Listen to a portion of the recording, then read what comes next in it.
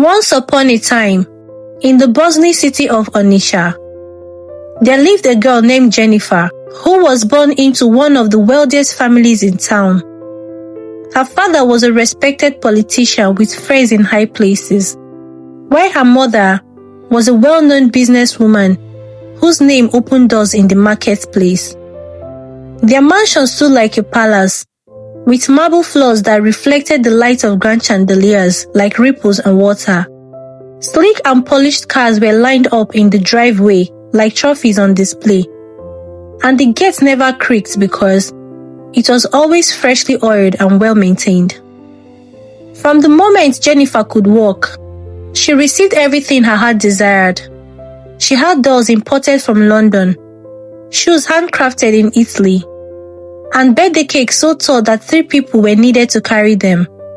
Her life was a constant parade of luxuries, and her parents wore her like a crown, proud to show her off. However, in that house also lived her grandmother, Mama Grace, a woman of quiet wisdom and sharper eyes than most. She often shook her head and warned, "A child without discipline is like a garden without a fence. Goats will enter and eat it bare." Whenever Mama Grace tried to correct Jennifer, perhaps for speaking rudely or for throwing her food away, her mother would step in with a sharp voice, with offense, and say, "Mama, stop being too harsh. She's just a child. Don't act like a witch who doesn't want her to be happy." And so, Jennifer grew up like a tree that was never pruned. Tall, beautiful, and wild. She never washed a plate, never swept a floor, and never once in her life did she hear the word no. When she turned 16, her parents sent her to one of the most prestigious secondary schools in the country.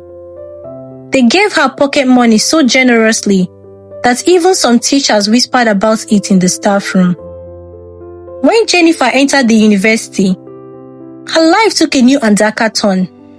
In her very first week, she noticed a group of glamorous girls stepping out of a red convertible.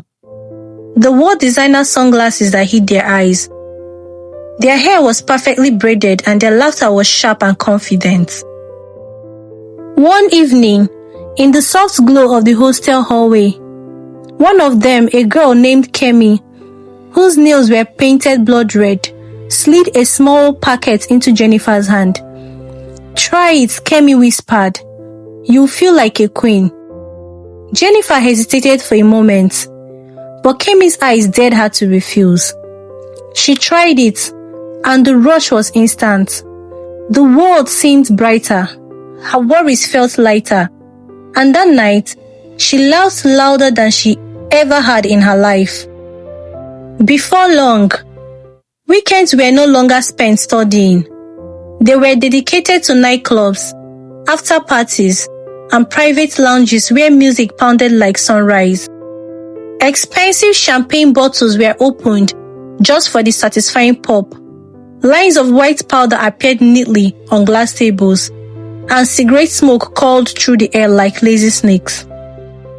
Jennifer believed she was living the life of freedom. Her weekly allowance began to vanish faster than ever before. At first, she dipped into her savings. Then, she began stealing from her father's briefcase, convincing herself that she would put it back later. One afternoon, she slipped into her mother's room, quietly took the ATM card and withdrew thousands of naira. That night, she paid for drinks, drugs, and food for everyone at the party. Her friends cheered her name with excitement. "Jennifer, you are the real queen," they shouted. The next day, her mother confronted her in anger. "Jennifer, this is the last time I will discipline you." But her father, sipping tea in the living room, simply waved his hand dismissively and said, "Leave her. She's still a child. Don't flog her, don't punish her. She will change with time." And so, the fence around the garden remained broken. Jennifer's life soon became a blur of reckless living.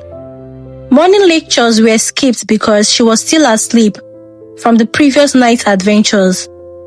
Assignments were hastily copied from classmates without any effort on her part.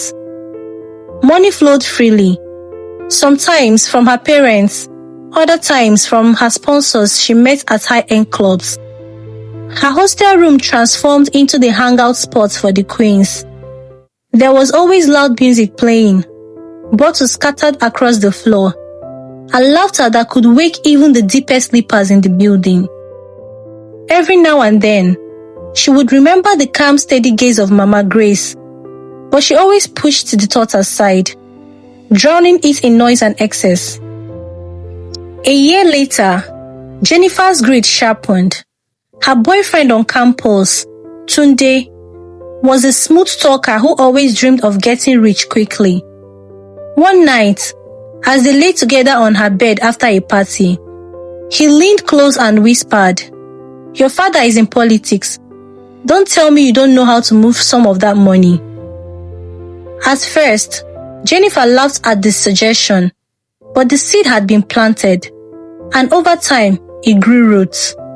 Weeks later, the two of them devised a plan to divert a large sum of money from her father's political accounts. It was not just any money, it was public funds meant for a community business project that would have helped many people. By the time the theft was discovered, it was too late. The scandal broke in the newspaper. Her father was accused of corruption. Protests erupted, and investigations began. In the end, he was dismissed from his position in disgrace. The wealth crumbled like a stale bread. Cars were sold off. The mansion grew quiet. The phones stopped ringing, and invitations to special events ceased entirely. 5 years after her father's downfall, Jennifer's health began to fail. Years of drug abuse had eaten away at her body from the inside. She became painfully thin. Her once radiant skin turned dull, and even climbing a flight of stairs left her struggling to breathe. The diagnosis came like a cold hand gripping her heart. She needs a kidney transplant urgently, the doctor said. By then, the family was broke. They could not raise the millions needed for surgery, and all the influence that once opened doors for them had long disappeared. Jennifer lay in a hospital bed, her once manicured hands trembling, and her voice now a faint whisper. On a rainy night, as water drummed relentlessly on the hospital roof, Jennifer's breath slipped away forever. At the burial, Mama Grace stood quietly under the shade of an old umbrella, tears rolling silently down her cheeks. Jennifer's mother clung to the coffin, wailing until her voice broke into a hoarse cry. In her heart, she replayed every moment Mama Grace had tried to discipline Jennifer. Every time she had stepped in to block it.